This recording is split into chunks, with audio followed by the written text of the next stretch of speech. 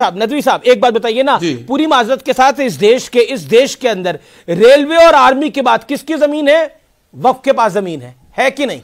इससे ज्यादा झूठ, सुन लीजिए, इससे ज्यादा झूठा प्रोपेगेंडा कोई और नहीं है। तो बोलिए फिर ये बात होना चाहिए। जिस हाई कोर्ट ने ये बात बोली थी में हिंदू एंडोमेंट के पास कितनी प्रॉपर्टियां हैं, ये सिर्फ क्या है कि अगर 20 दुकानें हैं तो उनको 20 प्रॉपर्टियां शुमार कर लिया गया है। बिल्कुल, वरना तो वक्फ की जमीन ही क्या भाई, जहां भी कहीं किसी भी, अरे मैं तो जमीन के दायरे की बात कर रहा हूं सर, नेसेसरी होती है। मैं तो जमीन की बात कर रहा हूं, जितनी रेलवे के पास जमीन है नदवी साहब, जितनी जमीन रेलवे के पास है, नहीं ये झूठा प्रोपेगेंडा इसकी नहीं प्रोपेगेंडा तो ये जो जब ये हाई कोर्ट ने निर्णय दिया था, जब हाई कोर्ट ने टिप्पणी करी थी तो बोलिए हाई कोर्ट झूठा है। आप कह रहे हैं हाई कोर्ट झूठा है?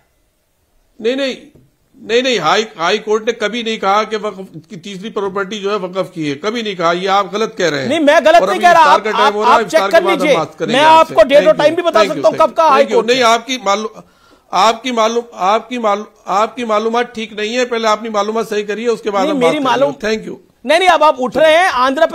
आंध्र प्रदेश हाई कोर्ट ने यह बात बोली थी, आपकी जानकारी के लिए। आप इंटरव्यू छोड़ के मत जाइए, मेरा निवेदन है आपसे, इंटरव्यू छोड़ के मत जाइए, उससे कुछ फायदा नहीं होगा। ये तो सवाल पूछा आपसे मैंने।